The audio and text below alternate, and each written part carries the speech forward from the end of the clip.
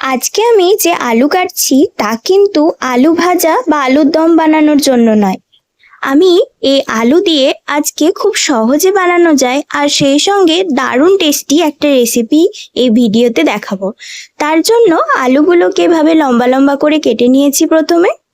এবার আলুগুলোতে পরিমাণ মতো বেসন দিয়ে দিলাম, তারপর পরিমাণ মতো চালের গুঁড়ো দিয়ে দিলাম, কেটে রাখা কাঁচা লঙ্কা দিয়ে দিলাম, পরিমাণ মতো নুন দিলাম, হলুদ দিলাম, লঙ্কা গুঁড়ো দিয়ে দিলাম, আর কালো জিরে আর মৌরি দিয়ে দিলাম, আর কেটে রাখা ধনেপাতা দিয়ে ভালোভাবে সমস্ত কিছু মিশিয়ে নিচ্ছি।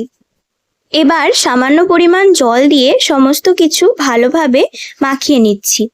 সমস্ত কিছু ভালোভাবে মাখিয়ে নিলাম, এবার ভাজা শুরু করব। এবার মাখিয়ে রাখা আলুগুলো একটা একটা করে তেলের মধ্যে এভাবে দিয়ে দিচ্ছি। এবার আলুগুলোকে বেশ কিছুক্ষণ ভালোভাবে উল্টে পাল্টে লাল লাল করে ভেজে নিচ্ছি। ভালোভাবে ভাজা হয়ে গেলে আমি প্লেটে তুলে নিচ্ছি। একইভাবে আমি বাকি আলুগুলো ভেজে নিচ্ছি। আমি আজকে কি বানাচ্ছি আপনারা হয়তো নিশ্চয়ই বুঝে গেছেন।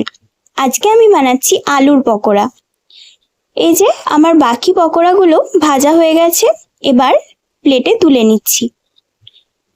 এখানে আমার আলুর পকোড়া ভাজা হয়ে গেছে। এই দেখুন কত মচমচে হয়েছে, আর এই যে আলুগুলোও ভেতরে সেদ্ধ হয়ে গেছে।